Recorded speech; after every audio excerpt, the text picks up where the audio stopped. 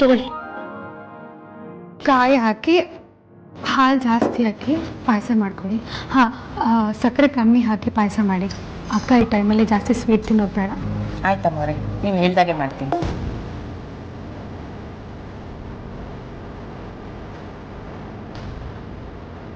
ಅಕ್ಕ ಫಸ್ಟ್ ಕಾಯಿ ತುರ್ಕೊಂಬಿಡಿ. ಅಮೂಲ್ಯ,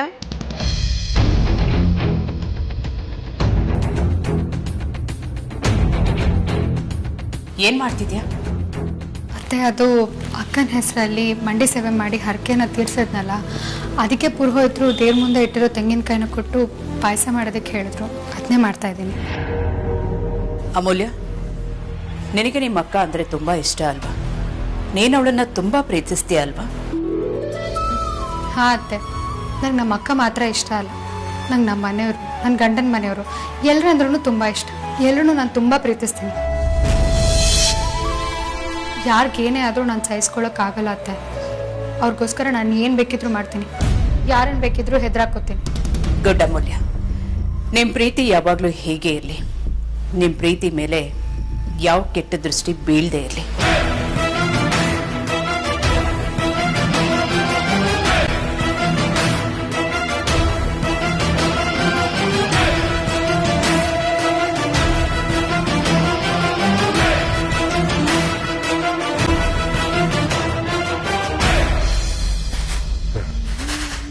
ಅಂಜು, ಹೊರಗಡೆ ಇಡಪ್ಪ.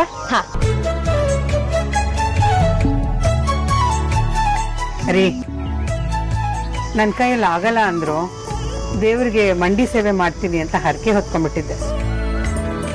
ಸರಿಯಾದ ಸಮಯಕ್ಕೆ ಅಮ್ಮ ಬಂದು ಆ ಸೇವೆನ ಮಾಡಿದ್ಲು. ಅಂತೂ ದೇವ್ರು ಅವಳ ಕೈಯಲ್ಲಿ ಆ ಸೇವೆ ಮಾಡಿಸ್ಕೊಂಡ್ಬಿಟ್ಟ. ಅಮ್ಮ, ಅಮ್ಮು ಅಕ್ಕನ ದೇವ್ರು ಕರ್ಸ್ಕೊಂಡಿದ್ದಲ್ಲ, ಅಪ್ಪನೇ ಕಾಲ್ ಮಾಡಿ ಕರ್ಸಿದ್ದು. ಹಾ, ಓಹೋ, ಹಾಗಾದ್ರೆ ಇದೆಲ್ಲ ನಿಮ್ದ ಕಿತಾಪತಿ? ಹೌದು ಪರಿ, ನಿನಗೆ ಮಂಡಿ ಸೇವೆ ಮಾಡೋದಕ್ಕೆ ಆಗೋದಿಲ್ಲ ಅಂತ ನನಗೆ ಗೊತ್ತಿತ್ತು. ಅದಕ್ಕೆ ಅಮ್ಮಗ್ ಫೋನ್ ಮಾಡಿ ವಿಷಯ ಹೀಗೀಗಿದೆ ಅಂತ ಹೇಳಿದೆ. ಪಾಪ ಅಮ್ಮು ಒಂದೇ ಒಂದು ಕ್ಷಣನೂ ಯೋಚನೆ ಮಾಡದೆ ದೇವಸ್ಥಾನಕ್ಕೆ ಓಡ್ಬಂದ್ಲು. ಯಾಕ್ರಿ ಹೇಳಕ್ ಹೋದ್ರಿ? ಕಷ್ಟನೋ ಸುಖನೋ ನಾನೇ ಮಾಡ್ತಿದ್ನಪ್ಪ. ಪರಿ, ಅಮ್ಮು ಮಂಡಿ ಸೇವೆ ಮಾಡದೆ ನೀನೇ ಮಂಡಿ ಸೇವೆ ಮಾಡಿದ್ದಿದ್ರೆ ನಿನ್ನ ಪರಿಸ್ಥಿತಿ ಏನಾಗಿರೋದು ಅಂತ ಒಂದು ಸ್ವಲ್ಪ ಯೋಚನೆ ಮಾಡೋ. ಇನ್ನೇನಾಗಿರುತ್ತಪ್ಪ, ಇಷ್ಟೊತ್ತಿಗಾಗ್ಲೇ ಆಸ್ಪತ್ರೆಯಲ್ಲಿ ಅಡ್ಮಿಟ್ ಆಗಿರೋಳು.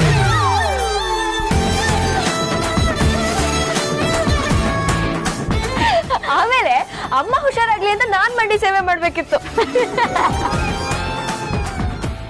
ಸುಮ್ನೆ ರೇ, ನನ್ನೇನೇನು ಅಷ್ಟು ಕೈಲಾಗ್ದೋಳು ಅಂತ ಅನ್ಕೋಬೇಡ ನೀನು. ಅಮ್ಮ, ಸುಮ್ನೆ ಯಾಕೆ ಬಿಲ್ಡಪ್ ತಗೋತಿದ್ಯಾ? ನಿನ್ ಕೈಯಲ್ಲಿ ಆಗ್ತಿರ್ಲಿಲ್ಲ ಅಂತ ಒಪ್ಕೋ, ನಾವೇನು ಅನ್ನಲ್ಲ. ಹರಕೆ ಕಟ್ಕೊಳಕ್ ಮನ್ಸ್ ಕೊಟ್ಟ ದೇವ್ರು ಅದನ್ನ ನೆರವೇರ್ಸೋದಕ್ ಶಕ್ತಿ ಕೊಡ್ತಿರ್ಲಿಲ್ವಾ? ಅವನೇ ಹೇಗೋ ಕಾಪಾಡ್ತಿದ್ದ ಬಿಡು. ನೀನು ಬಿಡು ಪರಿ, ಬಿದ್ರು ಮೀಸೆ ಮಣ್ಣಾಗಲ್ಲ ಅಂತ್ಯ. ಅದ್ ಮಣ್ಣಾಗಿದ್ರೆ ನಿಮ್ಗಾಗ್ಬೇಕಾಗಿತ್ತು ರೀ, ನನ್ಗೇನ್ ಮೀಸೆನೇ ಇಲ್ವಲ್ಲ. ಬರೀ ನಾನು ಹೊರಡಬೇಕು, ಫೋನ್ ತಂದ್ಕೊಡು. ಏನು ಫೋನಾ? ಕಾಣಿಸ್ತಿಲ್ವಾ ನಿಮ್ಗೆ? ನೋಡಿ ಅಲ್ಲಿ ಆಗ್ಲಿಂದ ಆಡ್ತಾ ಕೂತಿದೆ. ಅಂದ ಫೋನ್ ಕೊಡು. ಹಾ ಅಪ್ಪ, ಕೊಟ್ಟೆ. ಅಪ್ಪ, ಈ ಫೋಟೋ ಯಾರು ನಿಂಗೆ ಕಳಿಸಿದ್ರು?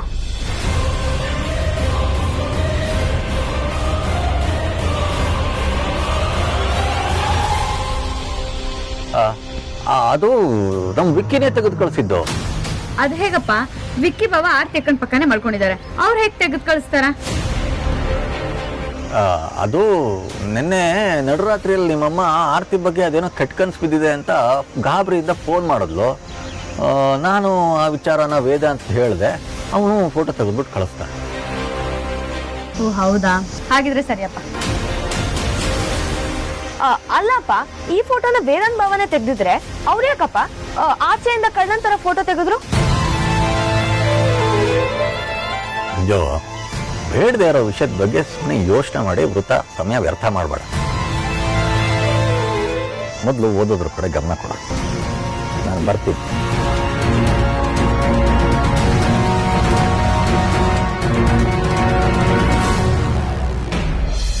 ಕಂದ, ನಿಮ್ಮಮ್ಮಂಗೆ ಯಾರ ಮೇಲೂ ನಂಬಿಕೆ ಇಲ್ಲ. ಯಾರ ಮೇಲೆ ಯಾಕೆ, ಅವಳ ಮೇಲೆ ಅವಳಿಗೆ ನಂಬಿಕೆ ಇಲ್ಲ. ತನ್ನ ಮೇಲೆ ತಾನೇ ನಂಬಿಕೆ ಇರ್ದಿರೋ ಜಗತ್ತಿನ ಏಕೈಕ ಮಹಿಳೆ ಅಂದ್ರೆ ನಿಮ್ಮಮ್ಮನೇ. ಅದಕ್ಕೆ ಅವಳಿಗೆ ಸ್ವಲ್ಪ ಎಲ್ಲರ ಮೇಲೂ ಡೌಟ್ ಪಡಬೇಡ. ಜಗತ್ತಲ್ಲಿರೋರೆಲ್ಲ ಕೆಟ್ಟವರಲ್ಲ, ಸ್ವಲ್ಪ ನಿನ್ ಸ್ವಂತ ಬುದ್ಧಿನೂ ಉಪಯೋಗಿಸುವಂತ ಬುದ್ಧಿ ಹೇಳೋಣ, ನೀನ್ ಬೇಗ ಲ್ಯಾಂಡ್ ಆಗು. Okay okay, phone phone phone phone. ಒಂದ್ ನಿಮಿಷ ಆರ್ತಿ ಅವರೇ.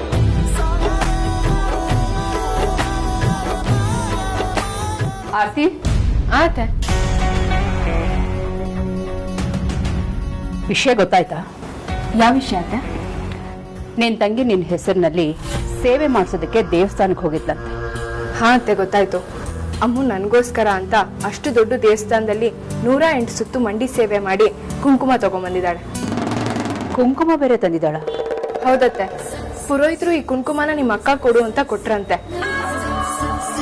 ಪಾಪ ಅತ್ತೆ, ಅಮ್ಮನ್ ನೋಡಕ್ ಆಗ್ತಿಲ್ಲ. ಮಂಡಿ ಸೇವೆ ಮಾಡಿ ತುಂಬಾ ಸುಸ್ತಾಗ್ಬಿಟ್ಟಿದ್ದಾಳೆ. ಅವಳ ಮಂಡಿ ಎಲ್ಲ ತರ್ಚಿ ತುಂಬಾ ಗಾಯ ಆಗಿದೆ. ಅವಳು ನನಗೋಸ್ಕರ ಇಷ್ಟೊಂದು ರಿಸ್ಕ್ ತಗೊಂತಾಳೆ ಅಂತ ನಾನು ಅನ್ಕೊಂಡೇ ಇರ್ಲಿಲ್ಲ ಅತ್ತೆ.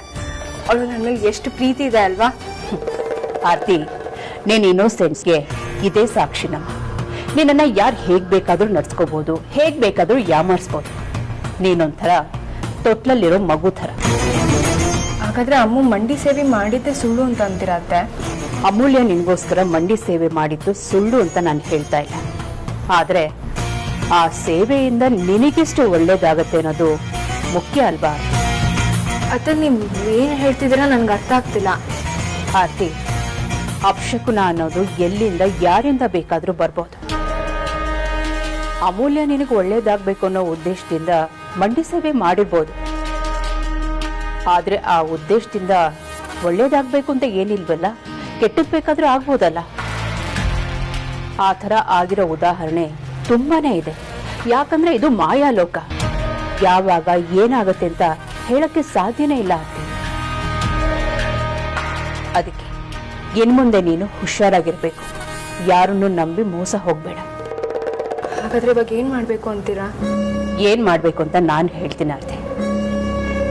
ನೋಡು, ನಿನ್ಗಿನ್ನೂ ಡೆಲಿವರಿ ಆಗೋದಕ್ಕೆ ಟೈಮ್ ಇದೆ. ಅಲ್ಲಿವರೆಗೂ ನೀನು ಕೇರ್ಫುಲ್ ಆಗಿರ್ಬೇಕು. ಯಾರಿಂದ ಯಾವಾಗ ಬೇಕಾದ್ರೂ ತೊಂದರೆ ಆಗ್ಬೋದು. ಯಾರಿಂದ ಯಾಕೆ, ನಿನ್ ತಂಗಿಯಿಂದನೂ ಆಗ್ಬಹುದು. ನೋಡಾರ್ತಿ, ಅಮೂಲ್ಯ ನಿನ್ ತಂಗಿನೇ ಇರ್ಬೋದು. ನಿನಗೋಸ್ಕರ ತನ್ನ ಪ್ರಾಣನೇ ಕೊಡ್ಬೋದು. ಆದ್ರೂ ಅವಳಿಗೆ ಗೊತ್ತಿಲ್ಲದೆ ಅವಳಿಂದನೇ ಏನ್ ಬೇಕಾದ್ರೂ ತಪ್ಪಾಗ್ಬೋದಲ್ವಾ?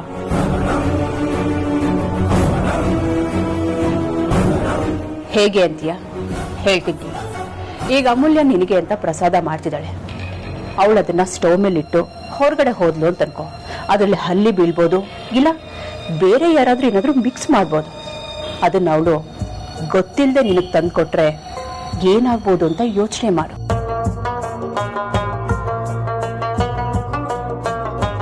ನಾನು ಆ ಥರ ಆಗತ್ತೆ ಅಂತ ಹೇಳ್ತಾ ಇಲ್ಲ ಆರ್ತಿ. ಏನ್ ಬೇಕಾದ್ರೂ ಆಗ್ಬಹುದು ಅಂತ ಹೇಳ್ತಾ ಇದ್ದೀನಿ. ನಮ್ಮ ಹುಷಾರ್ನಲ್ಲಿ ನಾವಿರ್ಬೇಕಲ್ವಾ? ನೋಡು, ಅತ್ತೆ ಏನೋ ಕೊಟ್ರು, ಅಮ್ಮ ಏನೋ ಮಾಡ್ಕೊಂಬಂದ್ ಕೊಟ್ರು, ತಂಗಿ ಏನೋ ಕೊಟ್ಲು ಅಂತ ಹಿಂದು ಮುಂದೆ ಯೋಚನೆ ಮಾಡದೆ ತಿನ್ನಕ್ ಹೋಗ್ಬೇಡ. ಮುಂದಿನ ಪೀಳಿಗೆಗೆ ಅಪಾಯ ಇದೆ ಅಂತ ಗುರುಗಳು ಹೇಳಿದ್ದನ್ನ ಮರಿಬೇಡ ಆರ್ತಿ. ನಿನ್ ಮಗುಗೆ ಒಳ್ಳೇದಾಗ್ಬೇಕು ಅಂದ್ರೆ ನೀನೇ ಒಳ್ಳೆ ನಿರ್ಧಾರ ಮಾಡಬೇಕು. ಯಾವ್ದು ಒಳ್ಳೇದು ಯಾವ್ದು ಕೆಟ್ಟದು ಅಂತ ನೀನೇ ಡಿಸೈಡ್ ಮಾಡು.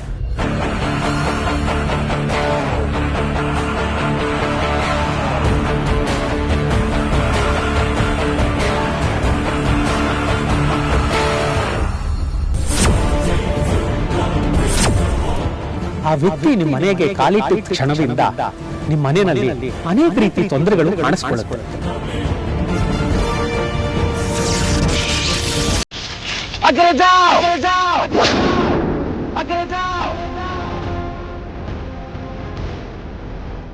ನನಗ್ ಕಣ್ ಕಾಣಿಸಲ್ವಾ?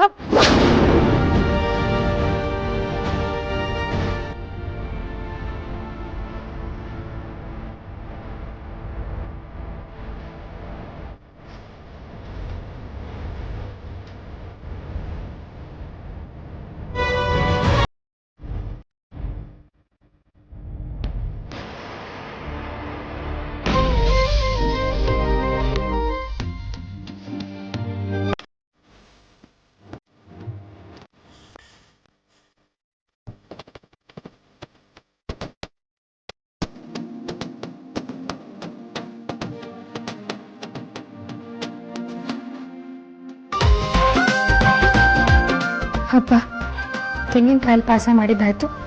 ಅಕ್ಕಂಗೆ ಒಳ್ಳೇದು ಮಾಡಕ್ಕಿದ್ದೇವೆ.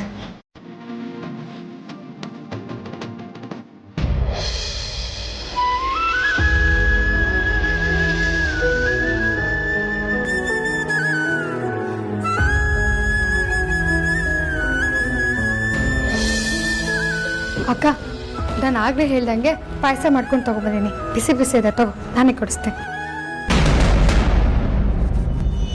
ನನ್ಗೆ ಈ ಪಾಯಸ ಬೇಡ ಅಮ್ಮ. ಯಾಕಕ್ಕ? ದೇವ್ರ ಪ್ರಸಾದದಿಂದ ಮಾಡಿರೋ ಪಾಯಸನ ಬೇಡ ಅಂತಿದ್ಯಾ? ಬೇಡ ಅನ್ಬಾರ್ದು, ತಗೋ ಕುಡಿ.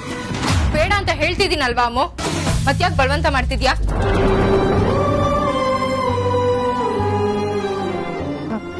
ಅಕ್ಕ, ದೇವ್ರ ಪ್ರಸಾದ ಸಿಕ್ಕಿದ್ರೆ ತಿನ್ಬೇಕು ಅಂತಾರಲ್ವೇ? ಇದು ದೇವ್ರ ಪ್ರಸಾದ ಕಣೆ. ಮನೆಯಲ್ಲಿ ಮನ್ಸಲ್ಲಿರೋ ಸಮಸ್ಯೆ ಎಲ್ಲ ದೂರ ಆಗುತ್ತೆ. ತಗೋತೀನಿ.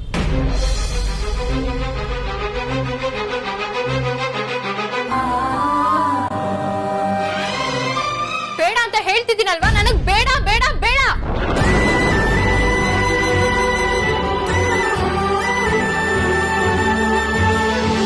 ಬೇಡ ಅಂತ ಹೇಳ್ತಿದ್ದೀನಲ್ವಾ, ನನಗ್ ಬೇಡ ಬೇಡ ಬೇಡ.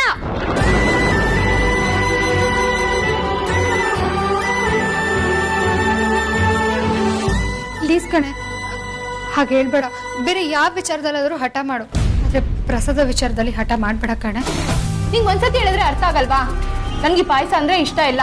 ಮೊದ್ಲು ಇದನ್ನ ಇಲ್ಲಿಂದ ತಗೊಂಡೋಗು, ಇಲ್ಲ ಅಂದ್ರೆ ನಾನೇ ತಗೊಂಡೋಗ್ಬೇಕಾಗತ್ತೆ. ಇನ್ಯಾರು ಹೋಗಿದ್ರೆ ನಾನು ಯಾಕೆ ಬಲವಂತ ಮಾಡ್ತಿದ್ದೆ? ಇನ್ನು ನನ್ನ ಅಕ್ಕ ಕಣೆ, ಅದಕ್ಕೆ ತಗೋಂತಿರೋದು. ತಗೋತೀನೋ? ಅಕ್ಕ ಅಂತ ಮಾಡ್ಕೊಂಬಂದ್ರು ಅಷ್ಟೇ, ಅಮ್ಮ ಅಂತ ಮಾಡ್ಕೊಂಬಂದ್ರು ಅಷ್ಟೇ. ನಾನ್ ಕುಡಿಯಲ್ಲ ಅಂದ್ರೆ ಕುಡಿಯಲ್ಲ. ಯಾಕೆ ಈ ತರ ಮಾತಾಡ್ತಿದ್ಯಾ? ನೀ ಏನಾದ್ರು ತಲೆ ಕೆಟ್ಟಿದ್ಯಾ?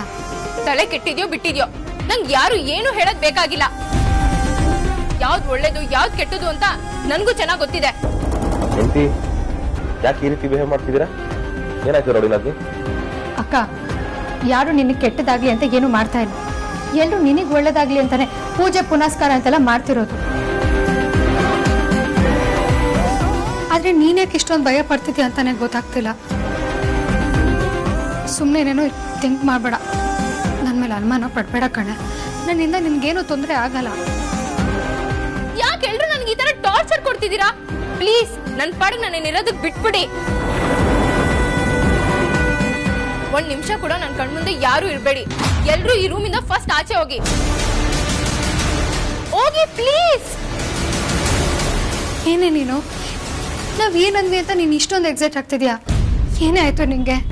ಅಮ್ಮು, ನೀನ್ ಚಿಕ್ಕೋಳಾದ್ರೂ ಪರವಾಗಿಲ್ಲ, ನಿನ್ ಕೈ ಮುಗಿತೀನಿ, ನನ್ ತಲೆ ಮಾತ್ರ ತಿನ್ಬೇಡ ಪ್ಲೀಸ್. ಅಯ್ಯೋ, ಅದ್ ಹಾಗಲ್ಲ ಕಣೆ. ಒಂದ್ ನಿಮಿಷ ನನ್ ಮಾತು ಕೇಳು. ನಾನ್ ಮಾತ್ರ ಎಲ್ರೂ ಮಾತು ಕೇಳ್ಬೇಕು, ನನ್ ಮಾತು ಮಾತ್ರ ಯಾರು ಕೇಳೋರಿಲ್ಲ. ನಂಗ್ ಹಸುವಾಗಿದ್ಯಾ, ಬಾಯಾರಿಕೆ ಆಗಿದ್ಯಾ, ನಾನು ಎಷ್ಟ್ ನೀರ್ ಕುಡಿಬೇಕು, ಎಷ್ಟು ಓಡಾಡ್ಬೇಕು, ಎಷ್ಟು ನಗ್ಬೇಕು, ಎಲ್ಲ ಎಲ್ಲ ನೀವೇ ಡಿಸೈಡ್ ಮಾಡ್ತೀರಾ ಅಲ್ವಾ?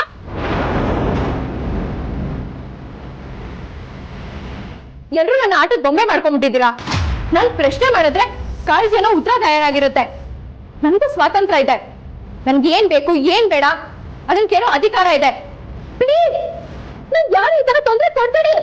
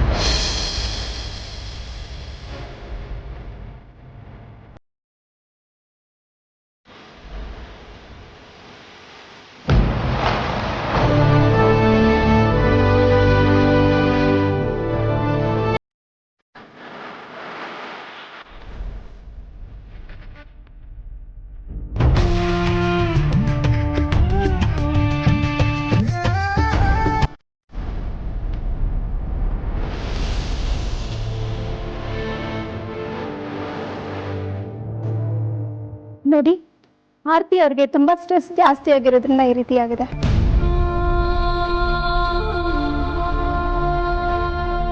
ನೋಡಿ, ನಾನು ನಿಮಗೆ ಮೊದಲೇ ಹೇಳಿದ್ದೆ ಆರ್ತಿ ಅವರು ತುಂಬಾ ಸೆನ್ಸಿಟಿವ್, ಅವ್ರನ್ನ ತುಂಬಾ ಚೆನ್ನಾಗಿ ನೋಡ್ಕೋಬೇಕು ಅಂತ. ಆದ್ರೆ ನೀವು ಹಾಗೆ ನೋಡ್ಕೊಂಡಿಲ್ಲ ಅನ್ಸುತ್ತೆ, ಅದಕ್ಕೆ ಹೀಗಾಗಿರೋದು. ಡಾಕ್ಟರ್, ಅದರಿಂದ ಮಗುಗೆ ಏನೂ ತೊಂದರೆ ಇಲ್ಲ ತಾನೆ? ಡೋಂಟ್ ವರಿ ವೇದಾಂತ್ ಸರ್, ಮಗುಗೇನು ತೊಂದರೆ ಇಲ್ಲ. ಆದರೆ ಆರ್ತಿಯವ್ರನ್ನ ನೀವು ತುಂಬ ಚೆನ್ನಾಗಿ ನೋಡ್ಕೋಬೇಕಾಗತ್ತೆ. ಮತ್ತೆ ಇದು ರಿಪೀಟ್ ಆಗಬಾರ್ದು. ಶೋರ್ ಡಾಕ್ಟರ್, ಖಂಡಿತವಾಗ್ಲೂ ಚೆನ್ನಾಗಿ ನೋಡ್ಕೊಳ್ತೀವಿ. ಅಮೂಲ್ಯ, ನೇನೆ ಆರ್ತಿಗೆ ಪ್ರಸಾದ ಅದು ಇದು ಅಂತ ಹೇಳಿ ತುಂಬಾ ಸ್ಟ್ರೆಸ್ ಕೊಟ್ಟಿದ್ಯಾ ಅಂತ ಅನ್ಸತ್ತೆ. ನಾನು ಆ ಥರ ಎಲ್ಲ ಏನೂ ಮಾಡಿಲ್ಲ ಅತ್ತೆ. ಪ್ರಸಾದ ತಿಂದರೆ ಒಳ್ಳೇದಾಗುತ್ತೆ ಅಂತ ಕನ್ವಿನ್ಸ್ ಮಾಡ್ತಿದ್ದೆ ಅಷ್ಟೇ. ಪ್ರೆಗ್ನೆನ್ಸಿ ಟೈಮಲ್ಲಿ ಈ ರೀತಿ ಮೂಡ್ ಸ್ವಿಂಗ್ ಆಗ್ತಾ ಇರುತ್ತೆ. ಇಂಥ ಟೈಮಲ್ಲಿ ಇವ್ರನ್ನ ಕೇರ್ಫುಲ್ ಆಗಿ ನೋಡ್ಕೊಳ್ಬೇಕು. ನಿನಗಿದೆಲ್ಲ ಈಗ ಅರ್ಥ ಆಗಲ್ಲ, ನೀನ್ ತಾಯಿ ಆದಾಗ್ಲೇ ಅರ್ಥ ಆಗುತ್ತೆ. ಅತ್ತೆ, ಆದರೆ ನನ್ನ ಉದ್ದೇಶ ಅಕ್ಕಂಗೆ ಸ್ಟ್ರೆಸ್ ಕೊಡಬೇಕು ಅನ್ನೋದಾಗಿರ್ಲಿಲ್ಲ. ನಿನ್ನ ಉದ್ದೇಶ ಕೆಟ್ಟದು ಅಂತ ಹೇಳ್ತಾ ಇಲ್ಲ ಅಮೂಲ್ಯ, ಆದ್ರೆ ಅದು ತಿನ್ನು ಇದು ತಿನ್ನು ಅಂತ ಫೋರ್ಸ್ ಮಾಡೋದು ತಪ್ಪಲ್ವಾ?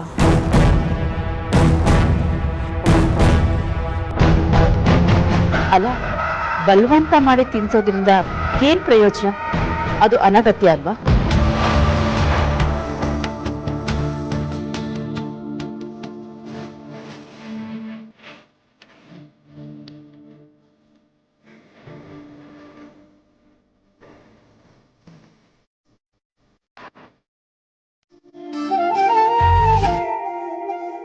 ಓ ನನ್ನ ದೇವತೆ,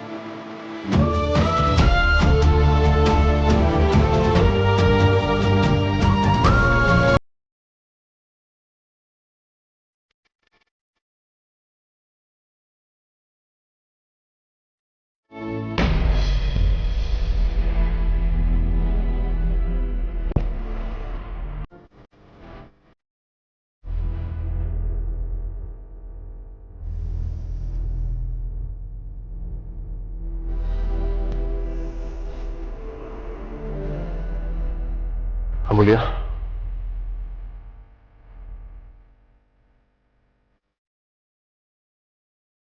ಅಮೂಲ್ಯ, ಪ್ಲೀಸ್ ನನ್ನ ಮಾತು ಕೇಳು.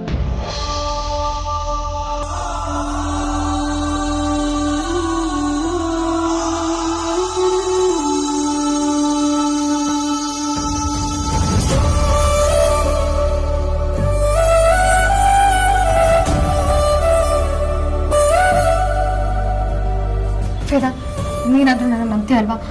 ಬಾಬಾ, ನಾನೇನು ಮಾಡಿಲ್ಲ ಅಂತ ನಿಮ್ಗಾದ್ರೂ ಗೊತ್ತಿದೆ ಅಲ್ವಾ?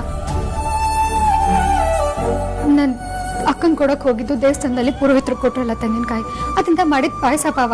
ನಾನು ಸುಳ್ಳು ಹೇಳ್ತಿಲ್ಲ, ನಾನು ಅದ್ರಲ್ಲಿ ಏನು ಮಿಕ್ಸ್ ಮಾಡಿರ್ಲಿಲ್ಲ ಬಾವ. ನಿಮ್ಗೇನು ನನ್ನ ಮೇಲೆ ನಂಬಿಕೆ ಬರ್ತಿಲ್ಲ ಅಲ್ವಾ? ನಿಮ್ ಕಣ್ ಮುಂದೆನೇ ಈ ಪಾಯಸನ ತಿಂತೀನಿ ರೀ.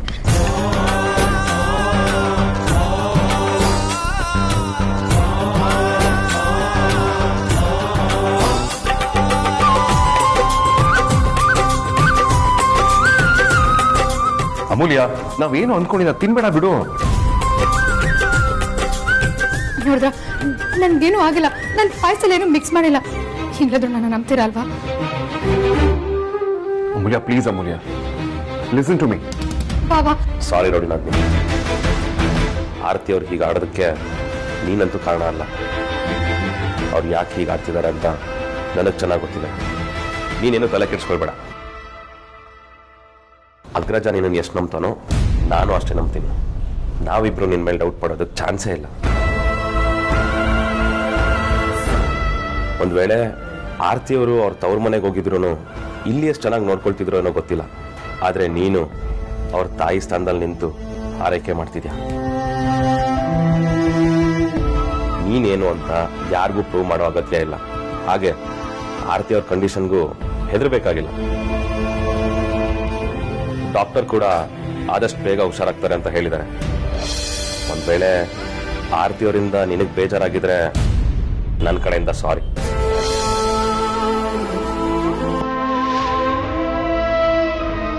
ನೀನ್ ಇನ್ಮೇಲೆ ಯಾವುದಕ್ಕೂ ತಲೆ ಕೆಡ್ಸ್ಕೊಳ್ಳೋ ಹಾಗಿಲ್ಲ, ಆರಾಮಾಗಿರು.